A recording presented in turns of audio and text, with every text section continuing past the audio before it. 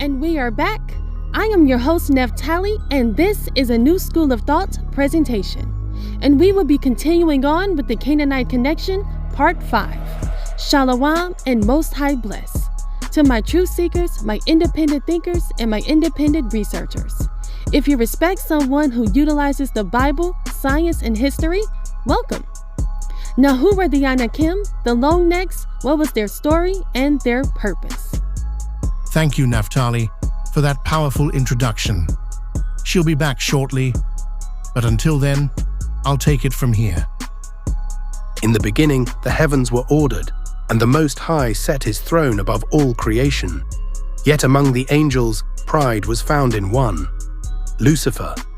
He and those who followed him rebelled, seeking glory that was not theirs.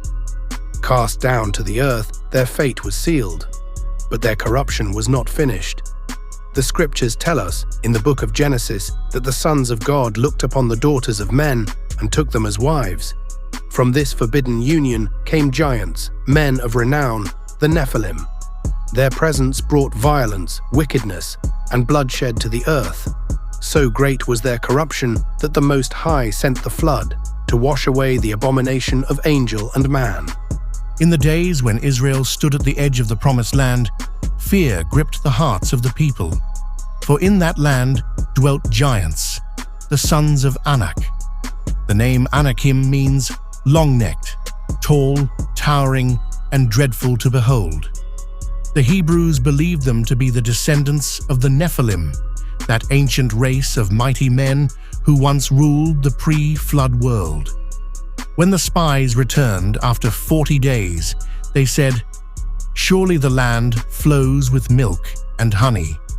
But the people are strong, the cities are walled and very great, and we saw the children of Anak there." And they cried, "We saw the giants, the sons of Anak, which come of the giants, and we were in our own sight as grasshoppers, and so we were in their sight." But these Anakim were not just men. The Apocrypha declares, in Wisdom of Solomon, the ancient giants, who were renowned for their strength, perished when they rose up against God. And again in Sirach it is written, "The Lord cast down nations of the giants and destroyed them because they trusted in their own power." The Amalekites, the Amorites, the Hittites, the Jebusites, and above all, the Canaanites, all traced their bloodlines back to rebellion, nations marked for judgment. So the question remains, were the Canaanites simply the seed of Ham? Or were they the cursed offspring of the fallen angels, walking proof that the giants had not perished with the flood? This is the mystery of the Canaanites. And now, to continue this historical and biblical commentary, let us welcome back Naphtali. Thank you, and thank you. Can you believe they actually made a movie about them? Many of us remember the cult classic film called The Coneheads. The Coneheads were the natives of the planet Romulan. Baal-dor like the god Baal. Mission was to conquer and rule over Earth. Instead, their UFO had crashed, leaving them stranded on Earth. Their distinguishing feature was the tops of their heads were shaped like large, bald cones. Now, for those of you who are familiar with the conical-headed people, throughout many cultures have artificially deformed the skulls of babies in order to achieve a flattened or elongated shape, which was often associated with the ruling or the elite classes, which some of us would call artificial cranial deformation. Now, what if I told you that they have actually found the people who were born naturally with these cone-shaped heads, or should I say elongated skulls? They were found in Paracas, Peru. Here, I have Brian Forrester. He has been a pioneer in researching the Paracas Peruvian people.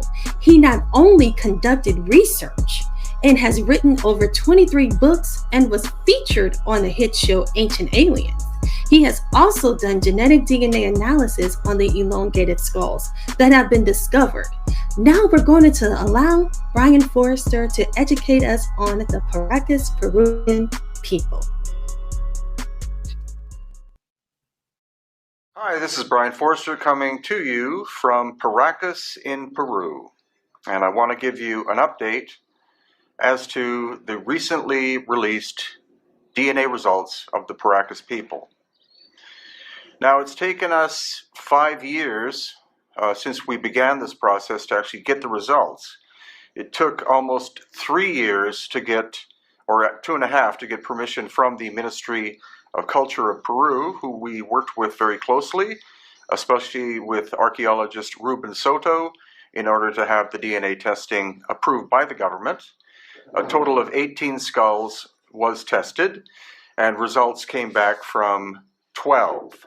The DNA was so badly degraded after 2,000 to 3,000 years that of the 58 samples of 18 skulls, we got results from 12 of the skulls from 2 different laboratories, one in Canada, the Lakehead University, and another one at UCLA in California.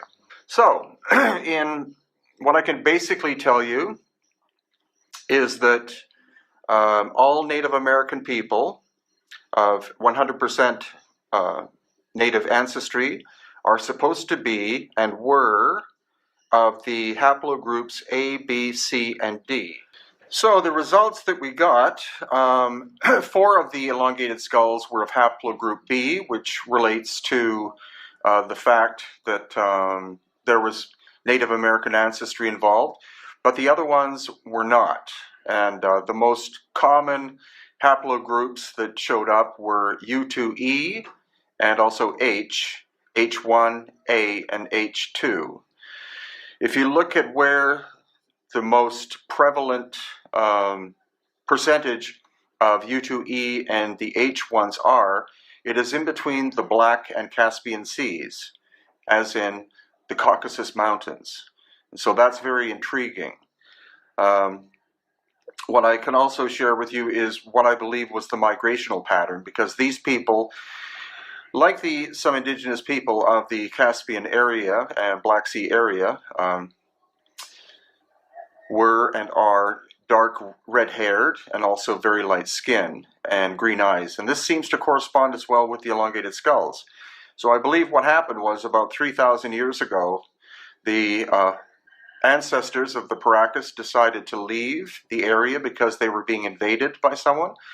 And so they traveled south through Iraq and Iran to the Persian Gulf, and there they wound up sailing eastwards and eventually found their way to the coast of Peru. There are different routes they could have used. They could have gone through Hawaii. They also could have gone through New Zealand, but then they wound up at the largest natural bay on the coast of Peru, which is Paracas, and that's where they decided to live because there was basically no one living there. They could live in peace.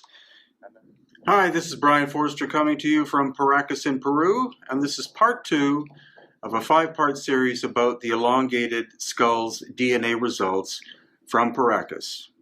Now, in part 1, I briefly discussed the anomalies that were found in a number of the elongated skulls. 18 were tested, and good results came from about 12 or 13 of them. And the most commonality that I can glean from this is that the occurrence of the U2E haplogroup and the occurrence of H haplogroup, including possibly H1 and H1A, maybe even H2, mean that the point of origin for the Paracas would appear to be somewhere in the Caucasus area, in between the Black Sea and the Caspian Sea. Now, after doing a little more research, I've been able to focus on more the Black Sea area and actually Crimea. Now, this may seem strange, but the DNA does seem to point in that direction. And another interesting thing is that the largest elongated skulls in the world are found in Paracas, Peru. And then the second largest elongated skulls, which look very much similar to the Paracas, are found in the Black Sea area and in the Crimea. The Paracas culture lived between 2,000 and 3,000 years ago, and those elongated skulls found in the Crimea, again, are also around 2,000 plus years old. So the timeline is very similar. Now, I've also shown photographs in the beginning of this video. All of those are from the Black Sea area. Also, many of you will know that the royalty of the Paracas had genetically red hair. This is not Native American. Genetically red hair comes from the Middle Eastern area in general. It's not from Ireland or Scotland or Scandinavia. It's from the Middle East or even parts of Eurasia. And that's where we've been able to track down the anomalous DNA haplogroups of the Paracas. Giorgio Tsoukalos is online with anthropologist Dr. Todd DeSautel to receive the results of a DNA test that was performed on an elongated skull. They did get a good, clean DNA profile from the maternally inherited DNA. So this particular specimen is actually not found in the New World, not found amongst Native Americans, and it's typically found amongst Europeans and Middle Easterners. Europeans and Middle Easterners. Europeans and Middle Easterners. Europeans and Middle Easterners. Europeans and Middle Easterners. In fact, للكنعانيين الذين كانوا هنا قبل 5,000 سنة ونحن الكنعانيون. No academic is interested whatsoever in these results. And I have the data. I will present this data to any academic that wants it. If they're not interested, I don't really care because we've gone beyond that point. It's the same thing when we study the megalithic structures. You go to academics and say, I find it hard to believe that the Inca built some of these structures because they had bronze tools and these things were done in granite. They're not interested in even discussing the topic. So that's why it's up to the 7 billion of us who are interested in the topic. And now I'd like to show you one of the classic Paracas, but wait till you see this one.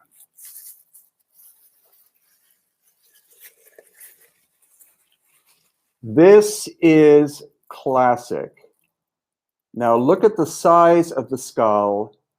You can see that the cranial volume is greater than normal. Probably in this case, at least 20% larger than normal. You can change the shape of the skull, but you cannot increase the cranial volume. It's impossible. So this is a classic Paracas. This is a female who died about 2,000 years ago, and I want her to be in the next series of testing. Again, we're only going to be doing this testing of maybe 2 at a time or 1 at a time. I may or may not have this one tested in this batch of testing. It depends. If you would like to donate again to the GoFundMe campaign, then I will include this one. If not, then I'll wait and do it later. But this is the beauty. Look at the size of those eye sockets. Much bigger than normal. So the whole eye shape and size was different. We also know that the average Paracas person, again, had genetically red hair. So that means that they most likely had very light colored skin and likely green or blue eyes. So those are characteristics you do not find in Native American people whose ancestors crossed the Bering Land Bridge. But we know now that they are the Paracas.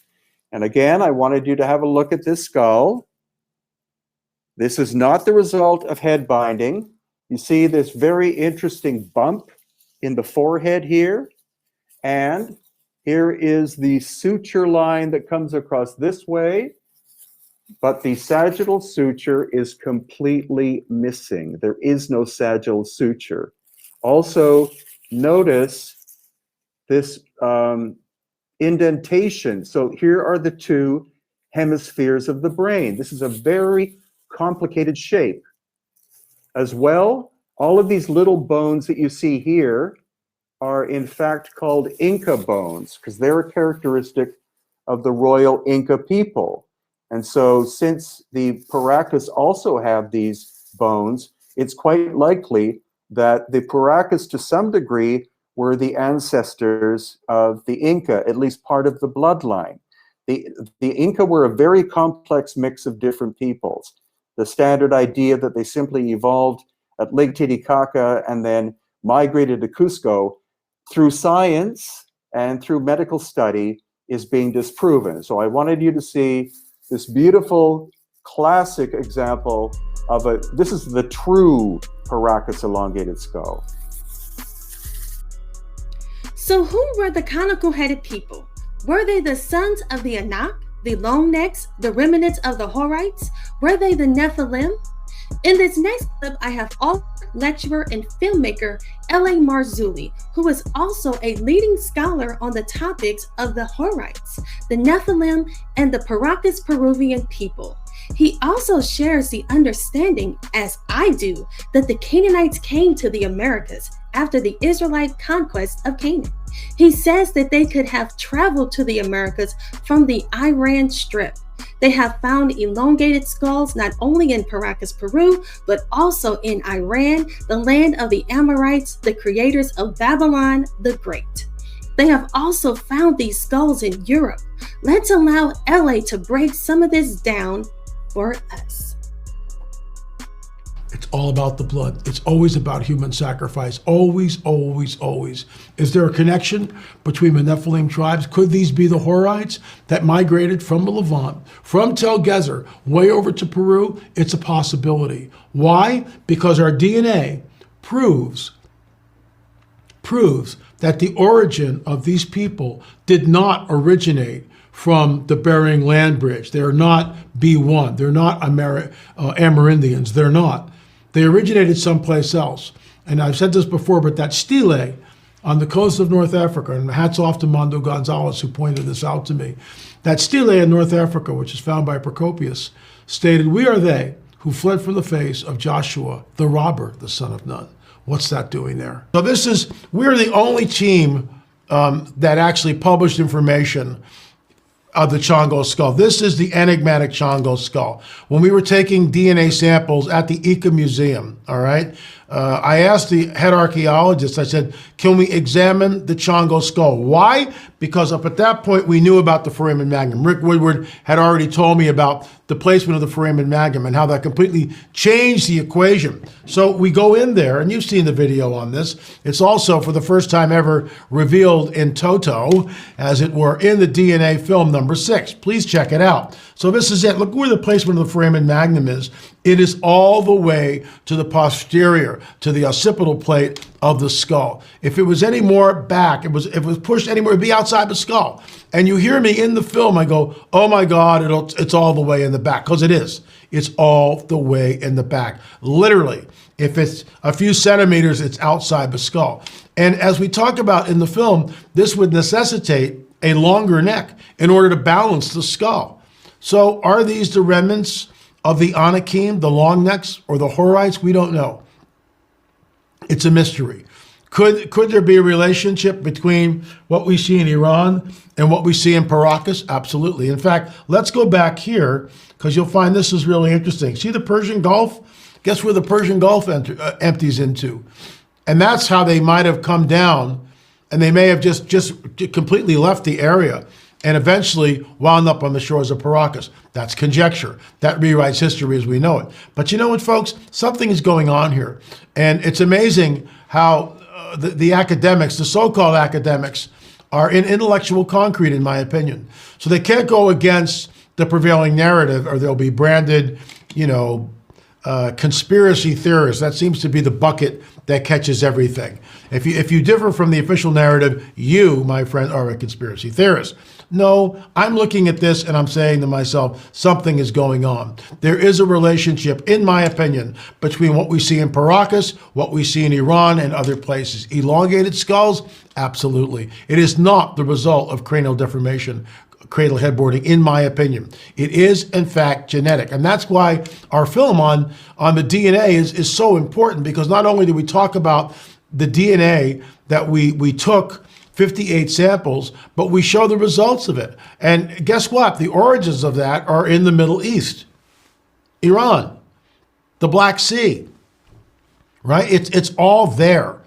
And the information, it's just amazing how we have a hypothesis. We stick with the academia. We have a hypothesis. We go out and try to prove our hypothesis one way or the other. And when we get information that begins to prove it, we're instantly ostracized from the academics who really don't want to hear about it.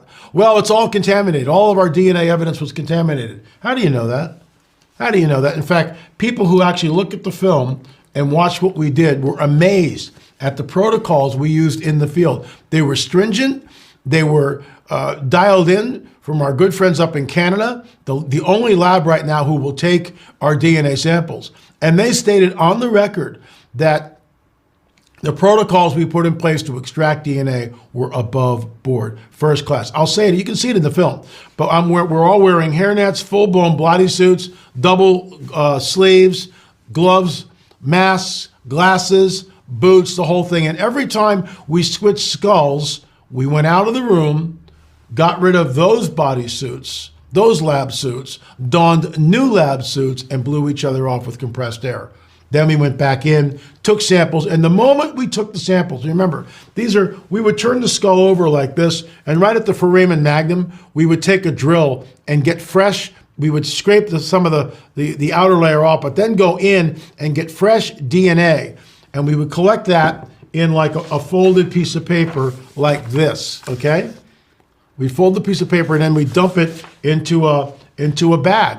And Chase Klotsky was instrumental in tagging and bagging all of our samples from both the ICA Museum, ICA, and of course, the private museums in Peru. Folks, there were 58 samples, 28 of them sequenced. Out of the 28, we found a preponderance of evidence that pointed to a Middle Eastern connection. We're not making this up. Why is it that the academics won't even look at it? And they won't look at it. They won't even discuss it. They just go immediately, oh, it's all contaminated. Oh, this is the result of cranial deformation. And we're name called. Well, why don't, instead of calling us loons, like one particular author did, and I won't mention his name or give him any credit, why point people to his website, right? But he wrote a hit piece on us and called us Marzullian's team of loons. Let me get this straight. Tenured archaeologists, anthropologists, medical professionals going down and looking at this, 3 different labs in the United States, that's a team of loons? Excuse me, sir, you're of a loon. Why? Because you don't like our evidence. You don't like our conclusions and what it points to. In my opinion, folks, it does point to a supernatural world, because if these are the remnants of a Nephilim tribe, and I truly believe they are, then it points back to the biblical prophetic narrative and the veracity of that. And you know what? There's a whole lot of people that don't like what this book says and that are vehemently opposed against it. Just saying. So I believe that these skulls that were found in Iran, and let's go back here, incredible. I believe this is not the result of cranial deformation. I believe this is genetic, and this may be, in fact, a remnant of the Nephilim. And that's the 2,000-year-old baby skull that we unwrapped at Senior Wan's Museum. Now this is amazing. We took hair samples immediately. Some of the hair fell off. We immediately tagged and bagged that, sent it off to 3 different labs. All of them put it at U2E1, which is Eastern European. Contamination? Of course not. But it's so easy to say that, right? Oh, it's contaminated. Oh, really? We're unwrapping it. The hair is in the mummy wrappings. We're taking the strands and putting it into a plastic bag. How is that contaminated? Please. They just don't like the results, because it rewrites history as we know it. It shows that people came to the Americas far in advance of good old Christopher Columbus.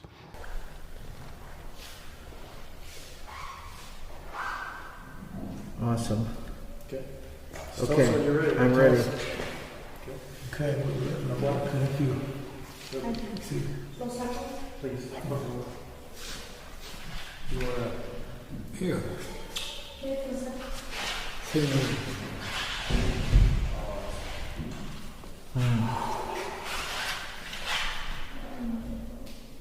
Please. You okay?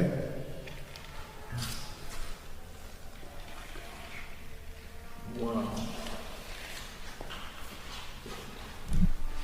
I want to shoot it outside of the glass. Yeah, I want to see it. And we are at the ICA Museum. holding a very, very large, elongated skull known as the Chongo skull. This is the one which has gone viral on the internet, and we will be given unprecedented access to this artifact. And one of the things we're very interested in seeing is where the placement of the foramen magnum is on this particular specimen. Can we ask her to turn it upside down? Are you ready to take a picture? Yeah. I'm filming. Okay. Upside down. Wow. This thing is massive. It really is. Podemos ver acá. Oh my God, it's right in the back. Look at that, it's right in the back. Why don't you come over this way? Come over this way. Right on the occipital plate. So here we are, and we are now looking at where the foramen magnum, which obviously is right there, and it's directly right next to the occipital plate, which once again, a normal human being, this foramen magnum would be in here somewhere. Armando, do you agree with that? Yeah, that's exactly what I see. It's interesting too. Maybe we can get another angle. Are you ready, Rick, to change that angle? Yeah, I'm just trying to just gonna like this. Working on the chroma. Because I want to put my finger in here. I want you to see just what the spine would look like based on. Yeah, I mean that's all wrong. You just see how straight that is and how where it would be. Wow. I think it's so. You can normal human skull is probably about right there. Yeah, it's very, very large. It also makes us wonder about the cranial capacity. I mean, this is so large in here that would this particular entity have more brain power than a normal human being? And of course, we don't have answers to that. Wow.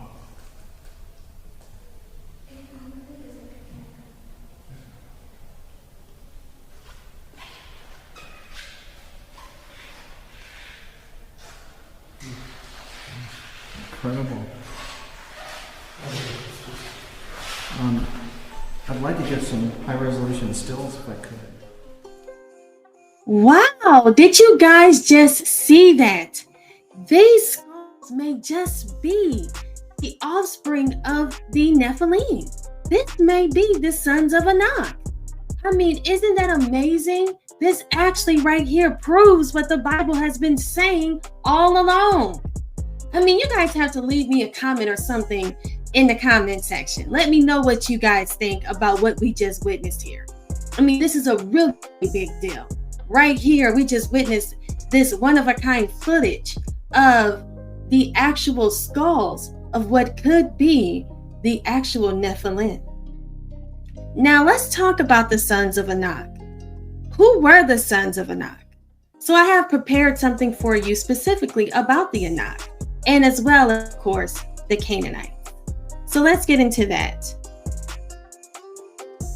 All right. So the sons of Anak. It was written in the book of Numbers chapter 13, verse 28, that the Canaanite people were great, mighty, and strong that dwelt in the land, and the cities were walled and very great. And moreover, they saw the children of Anak there. So in other words, the land of Canaan was a very beautiful, gated city filled with a very powerful group of people, the Anakim. In the book of Numbers, chapter 13, verse 31, the Israelite leaders went before Moses and said, "We be not able to go up against the people, for they are stronger than we." So in other words, the leaders of Israel said that they felt inferior to the Canaanites. They said in the book of Numbers, chapter 13, 33, they saw the giants, the sons of Anak, which came from the giants, and they were in their own sight as grasshoppers. So in other words, they saw the sons of Anak in the land of Canaan. The sons of Anak were the offspring of the giants, the Nephilim. And the Most High hearkened to the voice of Israel and delivered up the Canaanites, and they destroyed the Canaanites and their cities, and he called the name of the place Ramah.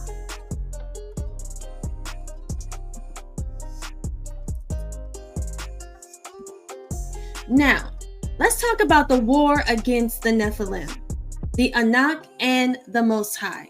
So the Most High had to come in, and he was the one that had to destroy the Canaanites because they were so great and so powerful that he had to come in. And that was written in Deuteronomy chapter 9. It says, "Hear, O Israel, thou art to pass over Jordan this day, to go in to possess nations greater and mightier than thyself, cities great and fenced up to the heavens, skyscrapers. And the people great and tall, the children of the Anakim, who thou knowest and of whom thou hast heard say, who can stand before the children of Anak. Understand therefore this day that the Lord thy God is he which goeth over before thee. As a consuming fire, he shall destroy them, and he shall bring them down before thy face. So shalt thou drive them out and destroy them quickly, as the Lord has said unto thee." In Joshua 15:13-14, it was written that the children of Judah was given the land of the Anakim, and Caleb drove thence the 3 sons of Anak, Shishai and Ahiman and Talmai, the children of Anak. So right here, we see that the Most High gave them the power to destroy the Anak, the Nephilim. Now, let's take a look at this. I thought this was pretty interesting here. This is the city of Kiryat Arba. This is the actual city today. Now, here in the Bible, it says, at the time of the conquest, Joshua gave Caleb the city Kiryat Arba as his inheritance because of his confidence that the Most High would enable him to drive out the Anakim. In Joshua 2, it was written that the city of Arba was given to the kingdom of Judah, and Caleb renamed it Hebron. The city of Arba was originally named after one of the Anakim. The name of the city was Kiryat Arba, meaning the city of Arba. Arba was the father of the Anakim and was the greatest hero of that race. In the book of Joshua 14:15, he was described as the greatest man among the Anakim, the father of the Anak. And in Joshua 15:13 and in Joshua 21:11, he was the founder of the city named for him. But do you know what's interesting? The city Kiryat Arba is still named that this very day, even though the kingdom of Judah changed it. I guess when Judah was kicked out the land of Israel, the Canaanites came back and made sure they changed it back to the city of Arba.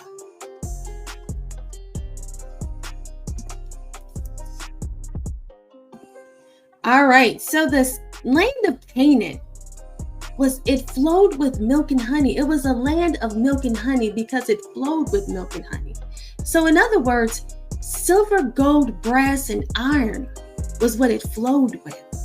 Because in Joshua 22:8, it says, after the Most High ran the sons of Anak out of the land of Canaan, Joshua told the children of Israel to divide all of the sons of Anak riches among themselves, to take all of it with them to their designated land, to possess all their cattle, their silver, their gold, their brass, their iron, and their raiment, to divide the spoil of their enemies with their brethren. So the Most High not only took this land that flowed with milk and honey, it flowed with actual gold, brass, iron, and silver, and all their raiment. We know the Phoenicians were known for their purple dye, and all the house of linen workers. They were really creative and with their designs. So the children of Israel were able to take all of that and all of their beautiful skyscrapers, right? So when everybody talks about the land of Canaan, these people were not these primitive people. So what happened to them? The Most High drove them all out. So right here we have the historian Paracas. He said that the Canaanites had fled into North Africa. So it says here, so where did the sons of Anak go after they were ran out of the land of Canaan? That is a good question. Well, as it was mentioned earlier, according to the 6th century historian Procopius, 2 columns in North Africa bore an inscription in Phoenician that stated, "We are they who fled from the face of Joshua, the robber, the sons of Nun."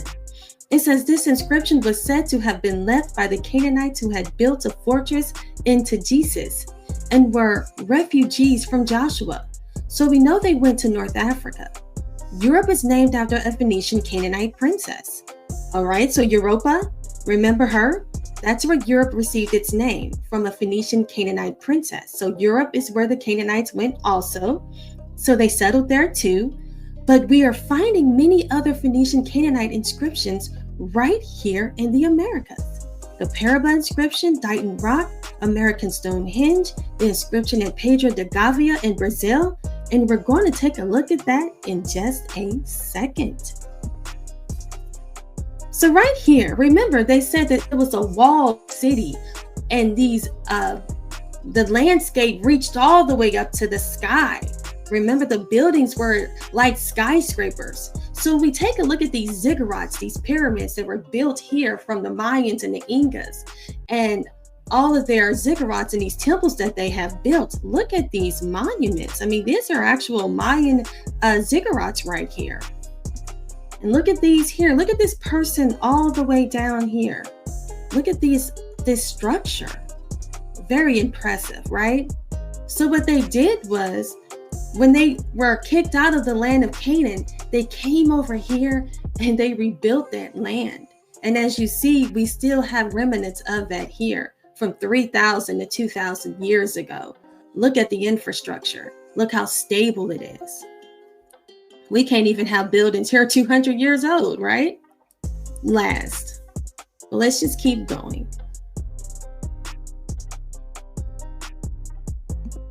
All right, so I was just talking about Pedro de Gavia. I thought this one here is pretty interesting. This is a mountain. And right here, as you see, it looks like they carved a face within it. Now, according to some scholars, they say that this is Bedezzer, who took his father's place in the royal throne of Tyro in the Pedro de Gavia. The grave of the Pedro de Gavia, the grave of this king. So right here, they're saying that the Phoenicians were indeed here, and that this was one of their kings, and that they took this area and they ruled over it. And right here is supposed to be a remnant of the king right here, Bedezzer, that's his name right there. And I thought that this here was very interesting. I mean, could you imagine what this looked like 2,000 years ago if you go there today? Very impressive.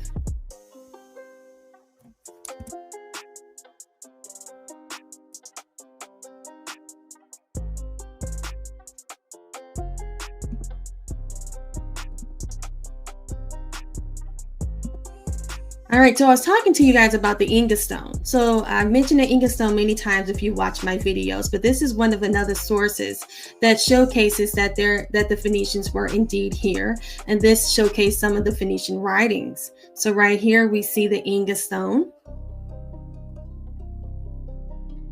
and this is all linked to the Phoenicians, links back to the Phoenicians, and they say that this goes back to 6,000 years. Well, it could go back to 6,000 years. And that actually goes right with the Bible, because we know in Genesis, the Most High also scattered all people around the face of the world. So before, after the Tower of Babel, he scattered people. So people could have been in the Americas all the way back in early Genesis, if we want to get technical. So I also mentioned Dighton Rock. So right here, we see Dighton Rock. This is another source that showcases that the Phoenicians were here in the Americas. Right here, we see Phoenician inscriptions. We have Ezra Stiles. He was the president of Yale, declared the figures on this rock were Phoenician. So in 1767, Ezra Stiles, the president of Yale, had declared the figures on this rock that they were indeed Phoenician. So again, we have more Phoenician inscriptions found right here. And again, the Phoenicians are the Canaanites, found right here in the Americas. And then, of course, I mentioned America's Stonehenge. Okay, now Stonehenge is not in the South America. This is actually found here in the United States. It's actually found here in New Hampshire, in Salem, New Hampshire. And what's so interesting about this is that they say that this actually here is sacrificial stone.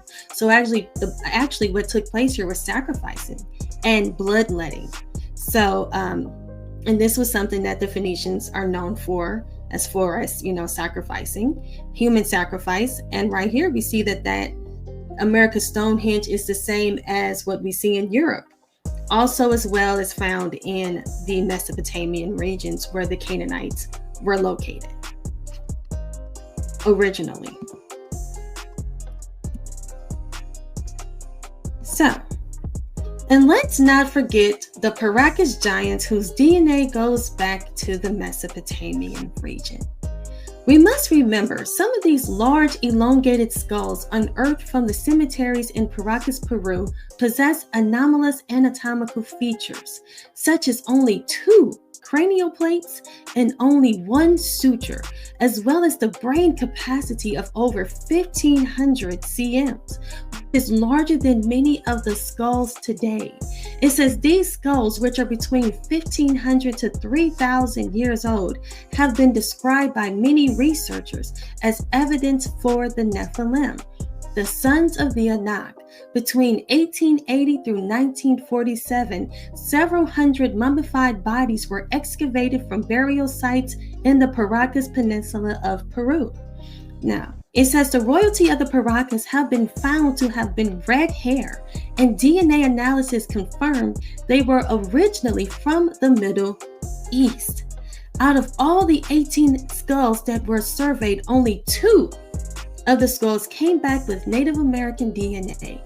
The other ones had primarily European and Middle Easterner DNA, showcasing that these people not only traveled from the Mesopotamian region, but to Europe and traveled to the Americas as well. So all of this is connecting and is going back to what the Bible has said all along. The children of the Anak are the offspring of the Nephilim, and they came right here to the Americas. Meanwhile, they mixed with the Canaanites, okay, because the sons of men saw the daughters. And who was those daughters? They were Canaanite women. And guess what? That's how the Canaanites developed their culture, their customs, and their ways. And that's where they got their gods from. They got it from the fallen angels. That's where they got this knowledge from. All their wisdom, all their information, their intelligence. These people were not primitive. These people were very smart and very intelligent.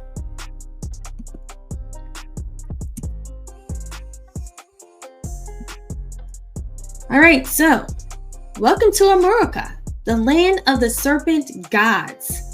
Now, we all hear the story about Amerigo Vespucci is where America received its name. Well, I'm going to challenge that. I want you guys to take a look at this. And if you follow me, you've heard this before, but if not, take some time and actually look into the name America. The name America. Now, it says, and I'm going to zoom in so you guys can see this better.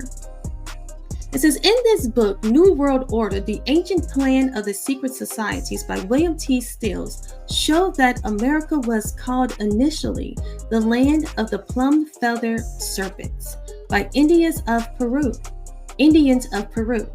It says James Pierce researched an article written in the Theosophical Society magazine entitled Lucifer, which gave insight into the word America. He said that the chief god of the Mayan Indians in Central America was Quetzalcoatl or Cocucan, which was the plum serpent or the feathered serpent. In Peru, this god was called Amaru, and the territory was known as Amaru-Ka. All right, so it says here, let's zoom in even more. It says America is literally translated land of the plum serpents. He claims that the name of America was derived from Amurica instead of after the explorer Amerigo Vespucci. All right, so let's take all that in. So America received this name from the god Amuru. Now, the god Amuru actually was the god not only of the Andean or the Indian civilizations, the Inca, the Mayans, but it also was the god of the Amorites. And that's where they get their name from. Amori came from Amuru. And their god is called Amaru as well. So it makes sense that the Amorites, who are the ones that developed and established Babylon, everybody always wants to say America is Babylon, but guess what? The Amorites, who were the Canaanites, are the ones who established Babylon. And it only would make sense if they were the ones to establish America. All right, guys, so we're going deep down into the hole. So won't you put your tinfoil hats on? But let's just keep going. We're going deep down into that rabbit hole.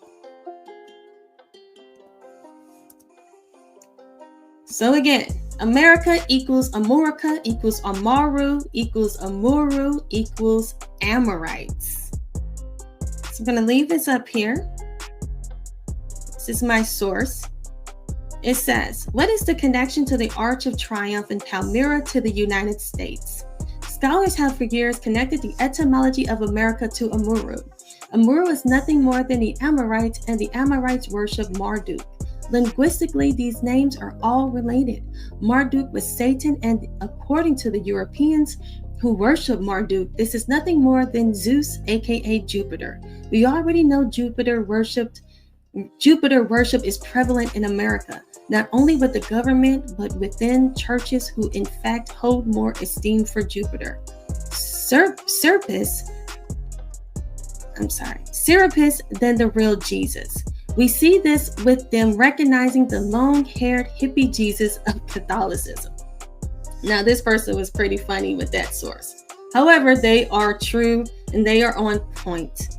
The thing is that we know Martin Luther, when he came in, he wanted to restore the Catholic Church out of their paganism. He was trying to do the Reformation. That's what Reformation was all about, was for them to get out of that old pagan ways, which was the Canaanite worship of the Canaanite gods, and to go into following the Most High, follow Christ, Yeshua, correct? However, a lot of them reverted back and started to worship their gods again. And we see that still happening to this day. However, we're digging in and we're seeing and we're connecting the dots.